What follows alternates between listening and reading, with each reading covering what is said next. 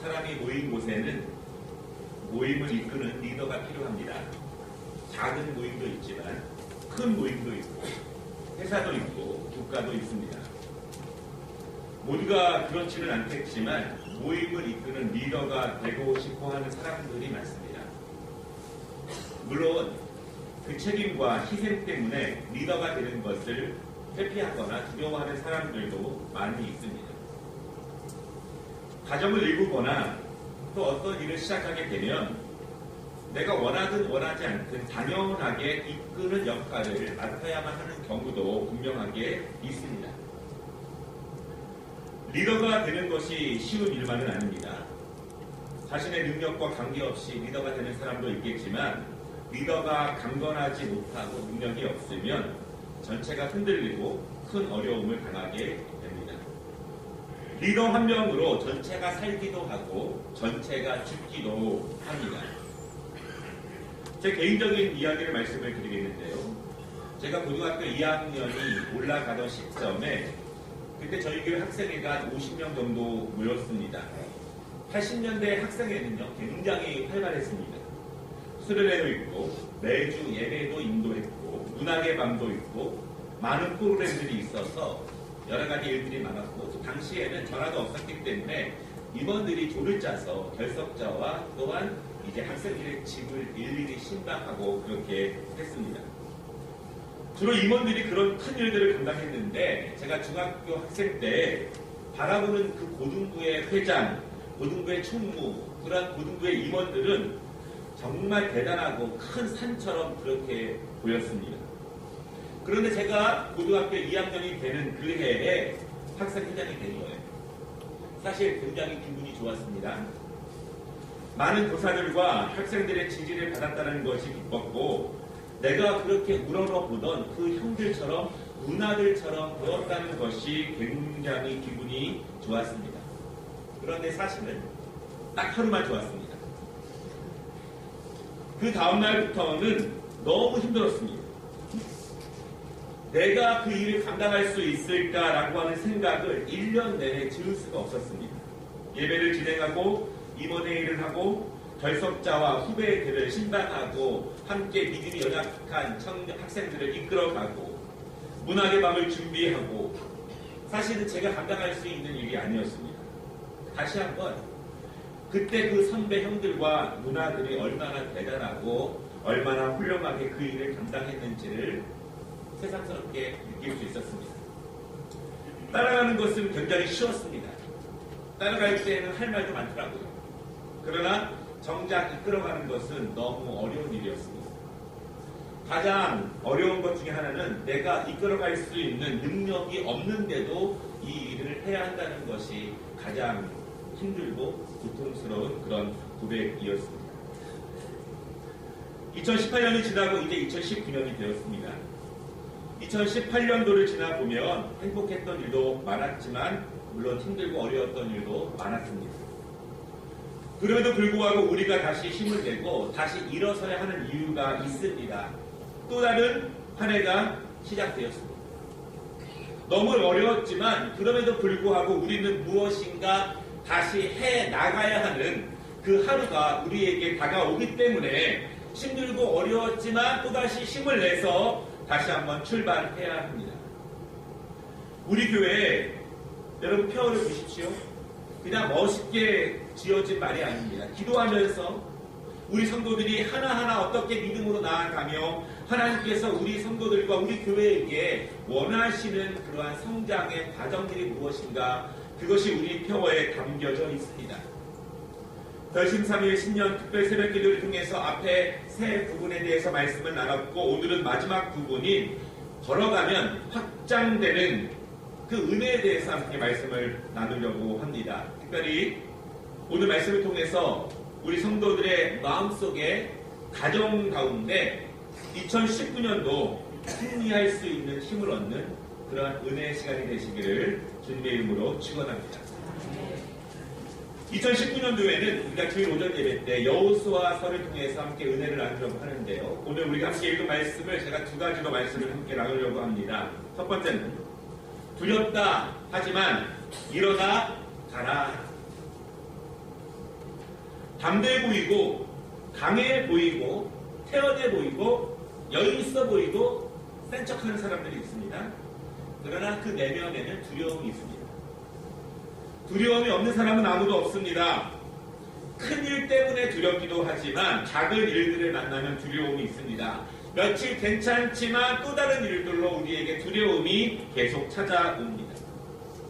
사람들이 언제 두려움을 많이 느끼는가에 대한 설문조사가 있는데요. 4가지로 말씀을 드리겠습니다. 4번째, 사람들이 두려움을 느끼는 것은 실패입니다. 여러 가지 실패들을 경험하면서 두려움들을 느낍니다. 그리고 실패가 계속되면 만성적인 두려움이 그 내면 가운데 쌓이게 됩니다. 3번째 두려움은 시간입니다. 시간의 흐름에 대한 두려움이죠. 건강이 이상해지고 노화가 생깁니다. 미래에 대한 준비는 없는데 너무 시간이 빨리 갑니다. 또한 변화되는 이 시대에 내가 뒤처져 있다고 하는 생각을 지울 수가 없기 때문에 우리는 두려움이 생깁니다. 2번째는 사고에 대한 두려움입니다. 여러분, 현대사회에는요, 여러 가지 종류의 사고들이 끊임없이 생깁니다. 내가 잘못이 없어도 사고를 당할 수가 있습니다. 그런 사고 때문에 생기는 우리의 두려움들이 굉장히 많이 있습니다. 여러분, 신문과 뉴스를 보십시오. 얼마나 다양한 사고들이 매일매일 생깁니다. 첫 번째 가장 큰 두려움은요, 이별에 대한 두려움입니다. 누군가 떠난다고 하는 것, 장기간, 단기간 떠나기도 하지만 영원한 이별이 있습니다. 내가 가장 사랑하고 의지하던 사람이 내 곁을 떠났을 때 느끼는 두려움은 사실은 굉장히 큰 두려움이죠. 여러분, 우리에게 하나님의 나라에 대한 믿음이 정말 확보해야 되는 이유는 그 이별에 대한 두려움과 슬픔은 우리가 능히 감당하기 너무 어렵기 때문에 우리가 하나님의 나라 천국에 대한 그 믿음을 분명하게 붙잡아야 합니다. 그럼에도 불구하고 이별은 우리에게 큰 어려움과 두려움을 주는 것이 사실입니다. 여러분, 여러 가지 이유 때문에 두려움을 당합니다. 그러나 두려워도 힘들어도 내가 감당해야 한다면 우리는 일어설 수밖에 없습니다. 힘들어도 해야 될 사람이 나밖에 없으면 우리는 다시 힘을 내어서 일어설 수밖에 없습니다. 왜냐하면 우리에게 또 다른 하루와 또 다른 한 해가 시작되었기 때문입니다. 모세는 위대한 지도자입니다. 하나님의 강력한 역사가 임했던 주의 종이었습니다. 하나님이 그에게 큰 능력을 주셨습니다. 10가지 재앙으로 애굽에서 이스라엘 백성들을 인도했습니다. 홍해 바다를 갈라지게 하던 그 모세가 오늘 죽었습니다. 이스라엘 백성들은 눈앞이 깜깜하고 두렵습니다. 때때로 모세를 원망하기도 했지만, 모세를 배반하기도 했지만, 그들을 여기까지 인도한 모세가 죽었다고 하는 것은 이스라엘 백성들에게 큰 두려움을 줍니다. 앞으로 누가 그들을 인도할 것인가?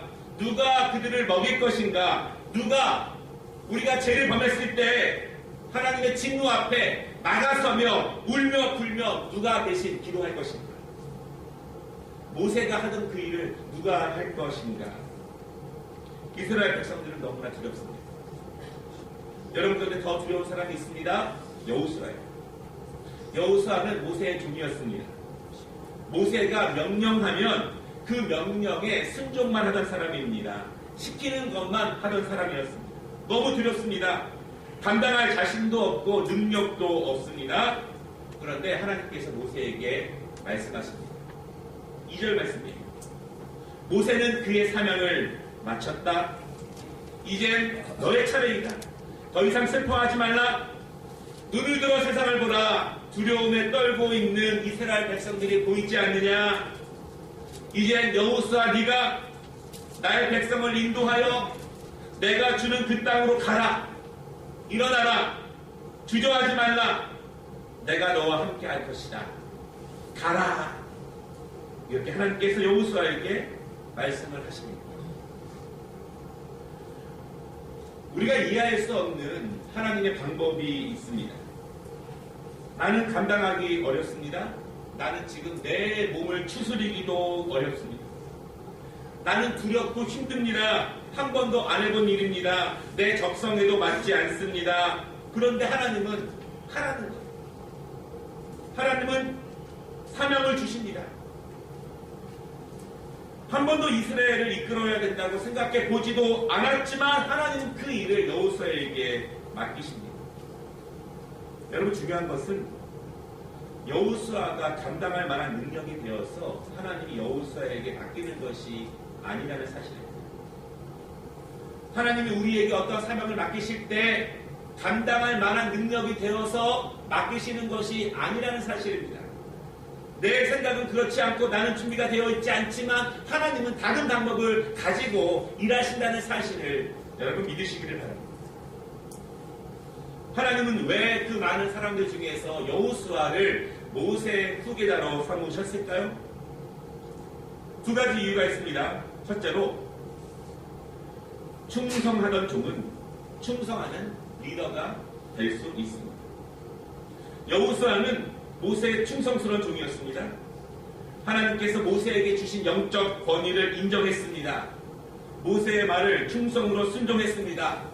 전쟁터에 나가 싸웠습니다. 또한 정탐 꾸릴 때에도, 가나안을 돌아볼 때에도 인간적인 판단으로 본 것이 아니라 하나님에 대한 말씀과 믿음을 근간으로 그 눈을 가지고 바라본 사람입니다.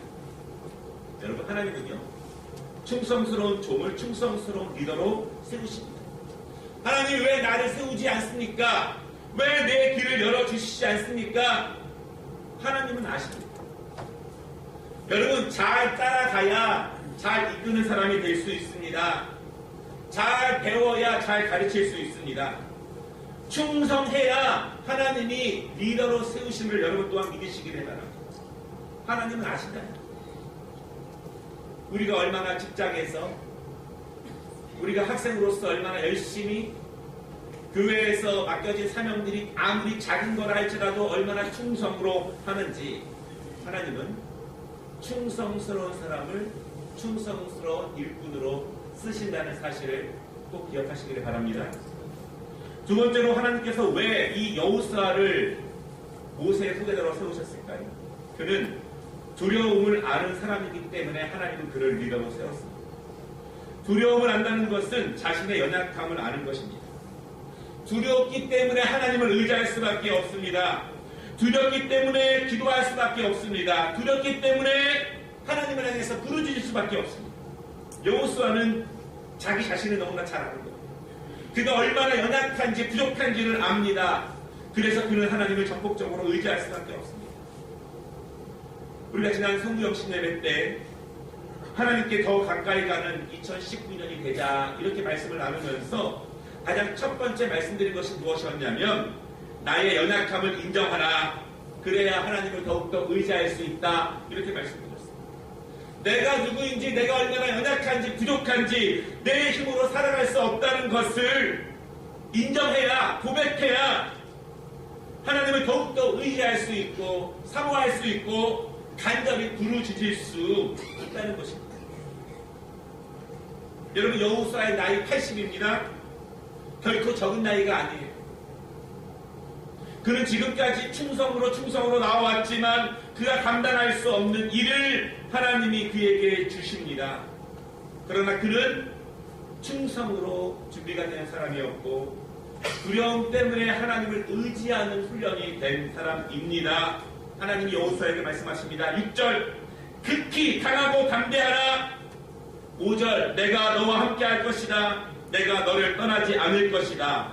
누구도 너를 능히 대적하지 못할 것이다. 말씀하십니다. 2019년도 하나님이 여러분에게 말씀하십니다. 우리에게 말씀하십니다. 힘들지만, 어렵지만 충성과 두려움 때문에 하나님을 의지하며 나아갈 때 강하고 담대하라. 내가 너와 함께 할 것이다. 내가 너를 떠나지 아니하실 것이다. 누구도 너를 대적하지 못할 것이다. 여러분, 이 말씀을 믿으시기 바랍니다. 얼마나 큰 은혜이며 큰 소망입니다. 하나님은 사명을 주십니다. 하지만 능력도 주십니다. 하나님은 능력을 주시고 사명을 주시는 것이 아니라 사명을 주시고 순종하면, 믿으면, 의지하면, 일어나 나아가면 한 발짝 뛸 때마다 힘을 주시고 보게 하시고 능력과 지혜를 주신다는 사실을 여러분 믿으시기를 바랍니다. 믿음이에요. 할 수 없어서 못하는 것이 아니라 하면, 순종하면 여러분 하나님이 은혜를 주신다는 사실을 믿으시기 바랍니다. 2019년도 너무 수고하셨습니다. 정말 애쓰셨습니다. 그럼에도 불구하고 하나님 앞에 믿음으로 나아가지 못한 것이 있다면, 먼저 순종으로 섬기지 못한 것이 있다면 2019년도 여러분 혼자 스스로의 신앙생활 가운데에서 테스트해 보시기 바랍니다. 믿었더니, 먼저 순종했더니 하나님이 어떻게 인도하시는가. 두려워하지 말고 일어나라. 그리고 가라. 내가 너와 함께 할 것이다. 이젠 너의 힘으로 하지 말고 나를 의지하라. 내가 너를 붙들리라. 2019년도 하나님을 더욱더 의지하시고 하나님의 손을 더욱더 굳게 붙잡는 우리 모든 성도님 되시기를 주님의 이름으로 축원합니다. 오늘 말씀의 두 번째 은혜는 여호수아가 기억하고 지켜야 할 것들이 있습니다. 이젠 여호수아의 시대입니다. 하나님이 그를 세우셨습니다. 사람들이 인정하고 인정하지 않고는 상관없습니다. 이스라엘 백성이 여호수아를 인정하면 하나님의 뜻을 인정하는 것이고, 인정하지 않는다면 하나님의 뜻을 인정하지 않는 것입니다. 이제 여호수아에게 사명이 주어졌습니다. 하나님은 그를 통해서 일하신다는 것입니다. 그를 통해서 무엇인가를 세우신다고 하시는 것입니다. 그를 통해서 무엇인가를 살리고 그를 통해서 무엇인가 영광을 받으신다고 하고 계십니다. 그런 여호수아가 반드시 전승하고 지켜야 하고 노력해야 하는 것이 있습니다. 자기가 리더라고 해서 자기 마음대로 할 수 있는 것이 아니라 세우신 자의 뜻을 잊으면 안 됩니다. 여호수아가 무엇을 지키고 무엇을 전승해야 할까요? 두 가지로 말씀을 드리겠는데, 첫 번째는 약속의 땅으로 가야 하는 목표를 잊으면 안 됩니다. 이스라엘 백성들이 왜 지금 여기에 있습니까? 하나님이 왜 그들을 애굽에서 꺼내셨습니까? 모세를 통하여 어디로 인도하고 계셨습니까? 그들이 어디에 도착해야 진정한 축복 속에서 살아갈 수 있을까요?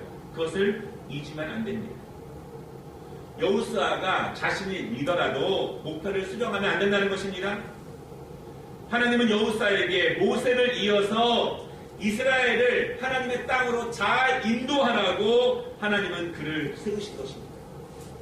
2절에 하나님은 분명히 말씀하시죠. 분명한 목표, 여호수아를 세우신 뜻, 너는 이 모든 백성과 더불어 일어나 이 요단을 건너 내가 그를 곧 이스라엘 자손에게 주는 그 땅으로 가라. 여러분, 목표를 수정하지 마시기를 바랍니다.